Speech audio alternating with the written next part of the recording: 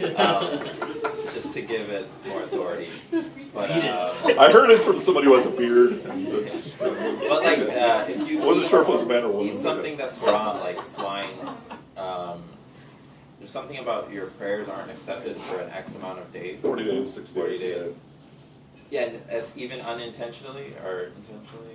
Well, if you don't know, then how can you be held to account for it? Oh, there's Because plenty you're of not things trying to like find that. out. Like, what if you're... So how far do you go? So So here, it's let's do it only like this. intentionally. So no, here's what I'm saying.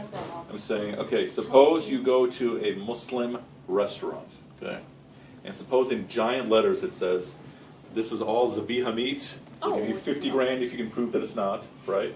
Okay. Are you going to stop there? There are people that don't, dude. It's ridiculous. Okay. I want the... But I'm saying, are you going to stop? So let's say you want to see how they prepare the food. They're like, go ahead. Then you will say, I want to know where you get the meat from, and you go and investigate the farm. Okay? Are you gonna? Is that going to answer your question? No. Are you going to ask them, did you get the business on legal financing and all that? Right? I'm saying it's literally, all of these questions are bottomless pits. Right? And so it comes down to, what is your line of practicality? Just became a vegetarian. And Yeah. honestly, But we even had that question. What if it's a vegetarian food at a Hindu temple? Then would you eat it? What about that? Yeah. Shree. but like- like, Or at what if this it point, what if it came what from is a your, farm where there were like, pigs, and then the pigs died and went into the ground, and now it got absorbed into the vegetarian, so then therefore because of that, No, but vegetarian is no I- longer when halal. you're like continually asking and like digging into these things, like at what point are you like literally like you know, Gotta be satisfied. no, not satisfied, but you're stepping on other people's right to their honor and dignity, and like they're, you know, I'm not trusting you, I'm not doing this, I'm not doing that. And like, I think Islam, I mean, we are building a society, you know, that it's like to have a trustworthy and like, you know, strong society in that way. So if there are people who are going to come out and like question everything and just, you know, keep trying to, I mean, it is discrediting people, and I don't think Islam supports that. So I'm saying, if we're speaking about private individuals, then you shouldn't ask. yeah. Right? If it's a public business or something that's making a claim, by all means, go as far as you want. Yeah, no, that makes sense, but I'm Just saying like the example you gave. the The restaurant. Yeah. So I was at this restaurant. This is 20 years ago, right? And on the window it said, "We served zabiha." Right? That's bogus. And we thought, well, okay, but keep in mind, we thought, all right, is this someone who just doesn't have good English, doesn't speak English well, you know, or is this a scam? So we asked the person inside. That all restaurant right, also had a sign that said, "We serve kitchen biryani." okay, so the waiter, who I think was the manager, he came out to take our order, and we said to him, okay, your restaurant, your sign says you serve zabiha. Do you serve zabiha? Right? He's like, yeah, of course. We're like, okay, fine. So, you know, we got our food and everything. We're eating along, and the restaurant is really dark. Okay? And then while we're eating, like, it's like we're noticing all these Hindu gods like all over the walls. We're like, what? And then we're like, wait, did anyone see that Budweiser sign over there? And then all this other stuff, right? So now we're like, we don't even know if any of this is true. Then, literally, like the next week, my father received his monthly copy of the India Tribune. I don't know if you guys remember the India Tribune. Is it still around? Yeah. So I'm just flipping through, probably eating my cereal or something, and then there's an interview with a restaurateur, and it's a photo of that guy. Okay? Oh, yeah. And he said the first rule of running a restaurant is always say yes to whatever your customers ask for. Yeah. That's awesome. There was a Subhan- Hindu person. Assuming so, I mean, everything else around it was Hindu-ish. So, yeah.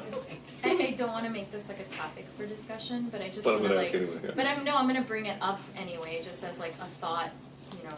Killing the performance. So like we had this whole long conversation about like, do you ask, do you not ask, like if it's a biha, like what's the etiquette and everything. But like, you know, what if you go to someone's house, you just met them, like it happens all the time. Couples meet couples, like, oh, come over for dinner. And then, you know, during, like, they tell you it's all zabiha, right? But then, like, during the course of conversation, like, the husband says, yeah, I work for Anheuser-Busch.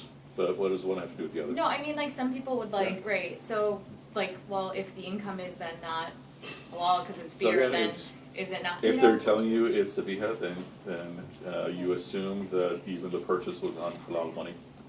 Right. you can reach a point in your iman where you will be a stickler for those things. So Abu Bakr was at that level, right? Abu Bakr had a servant who would go get the milk and everything, and he would ask, where did you get the milk? What steps did you go through, right? And then there's this case where one day Abu Bakr was caught in a number of issues, and his servant did not go through the normal process of getting the milk. He got the milk from somebody else who was like involved in all kinds of haram things, right? And Abu Bakr drank the milk, and then the guy said to the servant, said to him, hey, you didn't ask me where I got the milk from this time. He goes, yeah, I forgot. Where'd you get the milk? He said, well, I got it from this other guy. And Abu Bakr was totally upset that he started gagging himself. And he gagged himself to the point that he even started... Was that the phone He's that over. Oh, you go ahead, answer. Yeah. And so he started gagging himself to the point that blood was coming out to make sure that every drop of his consumption was fine. So I'm saying you can reach that point, but the fact is that we have a story of Abu Bakr doing it. So I'm saying for the layperson, it's that's the above. Yeah. You said until every drop something? So he gagged until every drop of milk was back out, and meaning he gagged himself until the blood was coming out. Yeah, and so the point, he's at that level, right? Most of us, perhaps all of us, but most of us are not at that level, right? And so the issue. I think your point is well taken, that if you can accept the answer, then you should ask the question. Yeah. Yeah. And I think it's part of your yaqeen too. I mean, I think they really believe you are what you eat, and there's a spiritual dimension to, you know, that affects your character. I know that there was something about even meat and how it affects your mood. Like when Zaha was a toddler, like terrible twos, and the sheikh told me, he goes, we'll just reduce her meat intake right now, and you'll see a difference. And also, I mean, just a general comment about just our emphasis on meat all the time. I think in the Prophet sallallahu alaihi wasallam, they ate meat like once every 2 weeks or 3 weeks. And even the shuyukh, if you kind of observe them or talk to them, I know Imam Zayd eats like once every couple of weeks or 3 weeks. Like that. I mean, if they, you know, have a choice, then they just tend to kind of be more non-carnivorous. I remember hearing a story about a sheikh who used to have a farm, and he had students who were in his madrasa, and so he would literally plant the seeds of the different stuff that they were growing himself and make a dua and plant the seed. He actually raised all the chickens himself. He actually raised the cows himself. He sacrificed himself and fed his kids because he felt that education and spirituality is an all-inclusive thing, and everything that you do and everything that you eat, it affects you in a way that's deeper than what the chemistry would dictate. Absolutely. Yeah, there was another, I think this was Sheikh Hussein has that Pearls of Purity. Pearls of Purity. That's where I heard and he has this, the food story, and where a sheikh or an imam, I don't remember which one, Imam Abu Hanifa, I think there was a theft of a goat in town, and so for 7 years he avoided that particular meat because that's the average lifespan of that particular animal. Oh, wow. And he was like, well, we don't know where's that animal, we don't know if it's in the village somewhere, and he just did not want that kind, you know, and like you said, there's people with different levels of scrupulousness. That's what it is, yeah. But then they have the, you know, sort of that spiritual high that goes along with it. Okay. So the overall question has been this question about the relationship between morality and the law.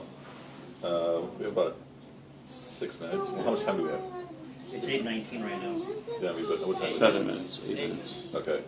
So here's the question then. If the core is obedience, then haven't we just justified a group like ISIS? How do I explain? Islamic State of Iraq and Syria. Right. That's basically saying that, okay, you know, that we're obeying the law, we're obeying the text, and we're implementing it. And we just justified all that. Or let's take a little historical. White refugee. I'm sorry? The Khawarij. Khawarij. I would say, in principle, it is the same point. The slight difference I'd make is that the Khawarij are going against the Sahaba, right? And So is ISIS. Sorry? So is ISIS. In the way they're Can we behaving. say that on paper, are they going against the Sahaba? Right. What do you think? I don't really know anything about them. Like, Well, they're not doing it, they're not. yeah. Okay. Yeah. As far as we know, it seems like they're not doing it more roads now. And aren't they? I mean, aren't they? All I've heard is that they're very, very violent, and like that's not Shari. Like you can't do that when you're fighting.